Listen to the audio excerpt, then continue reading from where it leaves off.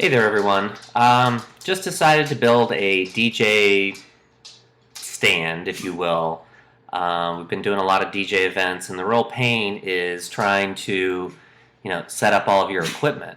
Our equipment's a little more, I guess, complicated because we have a 10-foot light truss, and it's run by, lighting software that requires a computer. And so by the time you set up your Mac, in my case, and you add your external hub and you start plugging things in our case, touchscreen monitors and external mixers, plus tractor controllers and things like that. It just takes a long time to do that, and it takes long enough to set the lights up. So I thought it would be pretty cool to just create a DJ stand that was long, traditionally long enough. Let's say in this case 6 foot, and also that was light enough that it wouldn't be too hard to pop into the trailer, and then be able to wheel into any of the event locations. Now, in some cases, it's going to be overkill, but Okay, everyone. Well, this is the DJ stand. I wanted to make it lightweight, but with room for all the equipment. So I thought I would just run through some of the things and kind of where I am right now. So I started with the bottom frame, which I almost kind of built like a workbench. I decided to use 2x4 equipment, or 2x4 lumber rather, and so that I could get some strength to it.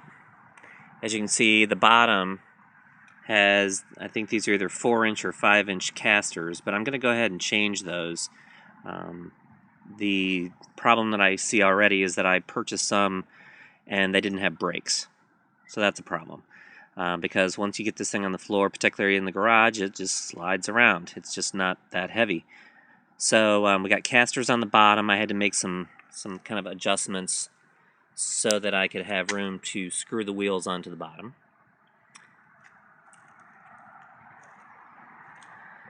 I also put a couple of bars in the center. That's just going to stabilize the bottom and keep the lumber from twisting. And here you can see the casters on the front.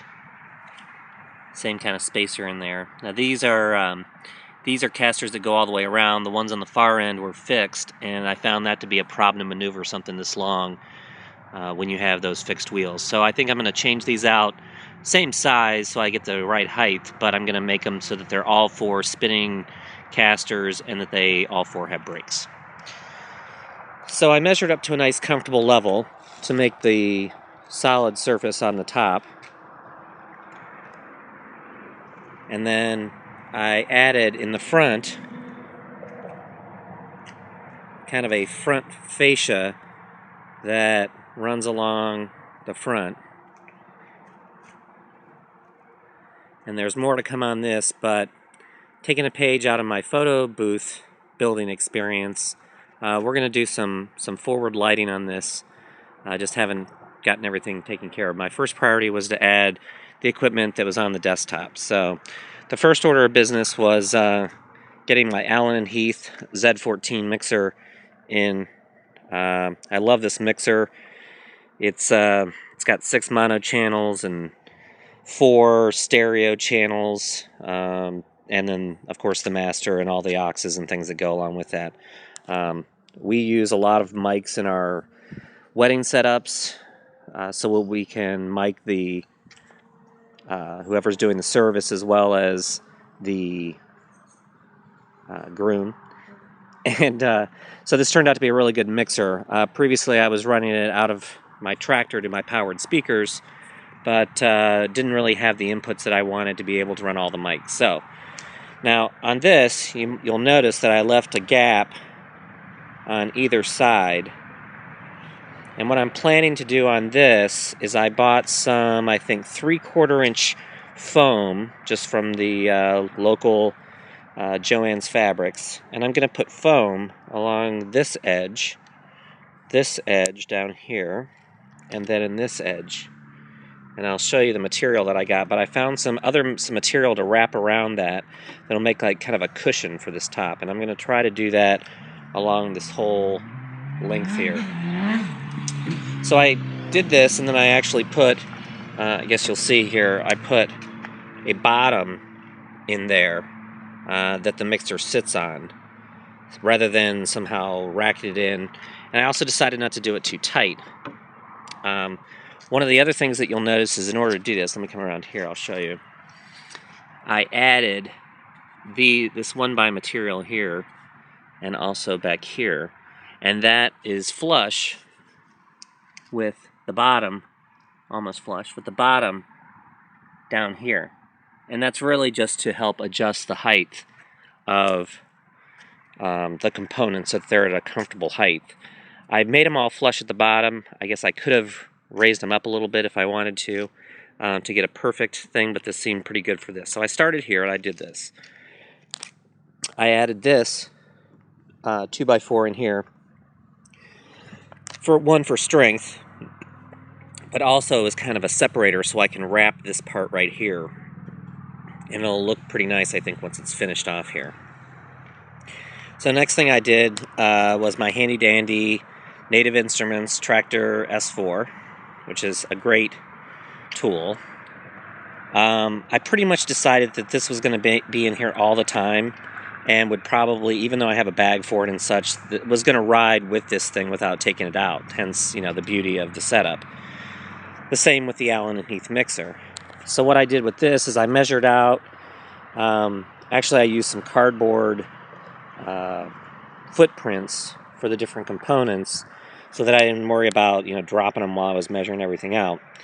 But then added in this spacer here, and then added this in here as well. And I also left a gap in here, and this gap isn't quite as big. I think it just happened that way. But I'll wrap that with some foam as well so it sits in there nice and cushioned. Now underneath the S4, move that over, you can see that I wanted this to be flush. So in addition to, I put the 1x material down here as to hold the shelf so that the S4 sat like this one, right where I wanted it to. So I've got some spacer material down there. This is the bottom. I've just kind of left it loose for right now. I also added this to give it a little bit of extra oomph. This is hardboard material that I'm using for this. I got it at Menards. It was a pretty good deal. So you can see when I add in the S4 that it comes up to a pretty comfortable level. So the one thing that I do need to do, and if you look closely here, you're going to see this mark and this mark. And I think what I'm going to do is I'm going to jigsaw out the front portion of this so that I have room for the connections on the front of the Traktor S4. On the front of the Traktor S4, you have your headphone jack, your Q-Mix, cube volume, and then your mic volume. I don't use the mic volume, but I definitely use the Q-Mix and such. Even when I'm running my headsets off the Allen & Heath, sometimes it's nice to be able to just cue right in the Traktor deck, so that makes it a lot easier. So I'm going to cut that notch out and finish it around there. So before I went too much further, I wanted to go ahead and add the monitors. And I was debating whether or not I wanted to add my laptop as the primary Traktor controller, or Traktor computer, I guess you'd say. And instead I decided to go with a separate computer with its own separate monitor. This ViewSonic is actually a ViewSonic touchscreen monitor that took a dive through one of our photo booth gigs, and so I procured it for this project, and maybe I can get it to work. But it's really just going to be the monitor for the computer that is going to be running Traktor, and that'll also house all the music on that computer and such. So what I did is I actually built frames for the monitors, and there's another monitor here. This is a 2x4, and then I just framed it in 1x material. And I measured so that the monitor itself, you can kind of see in here, sits right inside there, kind of in the inner lip of the monitor. So on the back side of the monitor, you still have access to all your connections here, your power, your USB, your video connection. You can probably see that this was attached to a mount before. But I also am planning on then adding that foam to the bottom and then wrapping material so it finishes off nice. But that way when the monitors ride, which I plan on keeping them in there, then they have a little bit of cushion. So taking that frame idea, I built another frame, and this frame doesn't have the monitor in it right now, but this will be the touchscreen monitor that we're going to be using for the DMX software for the lighting setup that we have. So this will have a monitor, and what I did is a couple of things here. I was struggling to figure out how to lock these monitors in, because when I put my upright in, this is at an angle. So it just sits against this back one. There's really not that much room. And I really wanted this to be at this height, which I'll get into later. But so what I did is I put these blocks in behind here, and here. And this actually works as kind of a wedge, so when you put the frame in and pull it down like that, then this sits square on the back and almost kind of wedges it in there. And my thought was either one of two ways. We could either put Velcro pieces on the back here and then also in here and just have it Velcro, just to give it a little bit of snugness on there, and then you can easily take it off with the Velcro if you want to access anything down in this back area. If you wanted to permanently mount it, you could add some shims kind of somewhere along in this area, and that would sandwich it down. I don't want to put a lot of pressure on this because I'm afraid it's going to bow. So the next thing I did is I decided I was going to have some area for a keyboard and a mouse. A keyboard meaning a computer keyboard. So I reserved this area for it, but I was really looking forward to using Maschine and my Native Instruments Maschine, and also my Native Instruments Traktor Control X1. So what I decided to do was I built a frame that just houses these. It's got a bottom to it, just screwed into the same kind of frame that I was using for the monitors, and these guys fit in here real snug. So they're not going to, go anywhere. So that whole piece can just pop in there. And the only thing that I still need to do on this is on the back part here.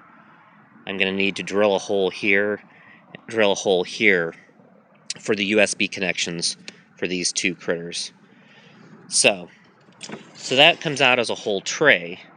And I'm envisioning actually be able to take this tray like it is and put it up underneath here in kind of a shelf type of thing, so it could ride like that when it's not in use. But going back to the keyboard piece, now I have this empty area, but of course I want to be able to bring this up to the same level that everything else is. So I found that by using that same frame that I had down below, I could make another frame just like this one and set that in there, and that can be a desktop. And so those will be interchangeable. So that fits in there. I haven't screwed this down. I'm thinking it doesn't even really need to be screwed down, but it's just a piece of that hardboard material that just kind of sits in there, and then I left room.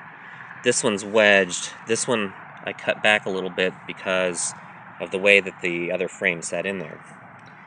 So what I still need to do is I need to create some wedges in here to put these monitors in, and what that'll do is that'll leave me plenty of room to get back behind here in Traktor to make the connections that I need.